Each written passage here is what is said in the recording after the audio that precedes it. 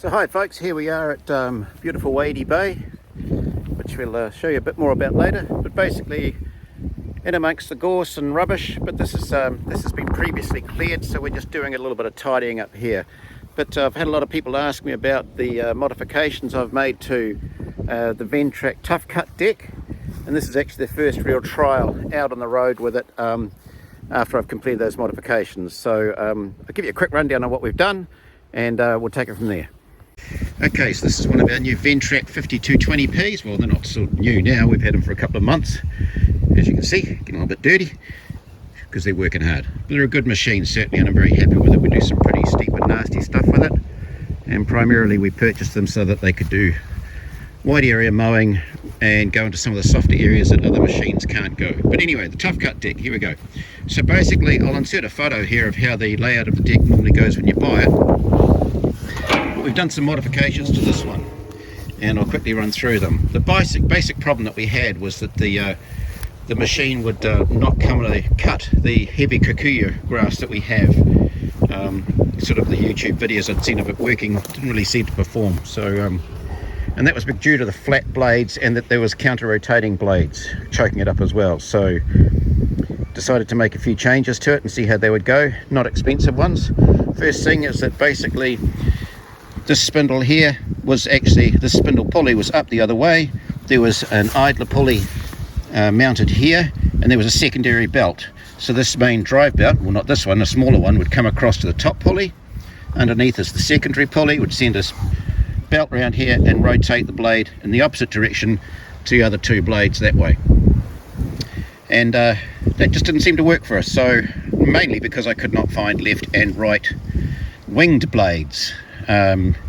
I felt that the machine wasn't clearing well enough for it to be able to work in any decent size heavy grass. So yeah, decided to make a change. So that's what we've done there. That means that all the blades are now spinning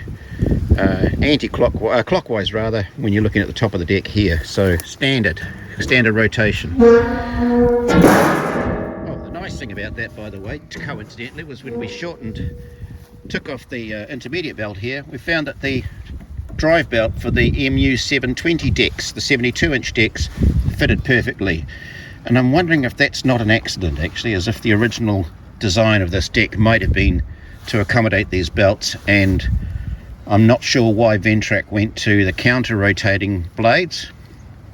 Maybe we get an answer from them soon about that, but anyway, I'd love to know.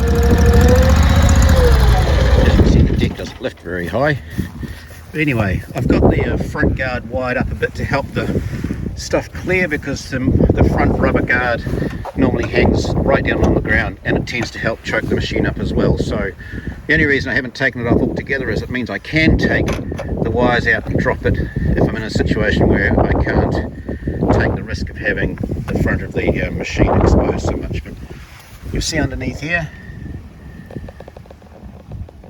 now these are not standard gator blades.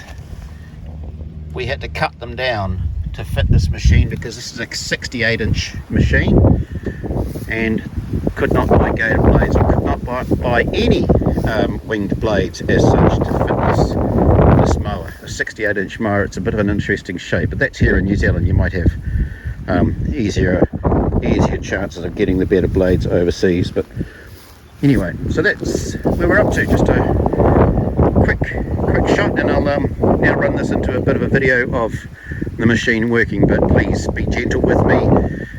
It's handheld shooting only, and I'm steering with one hand and holding the camera with the other, and you know, we'll give it a whirl.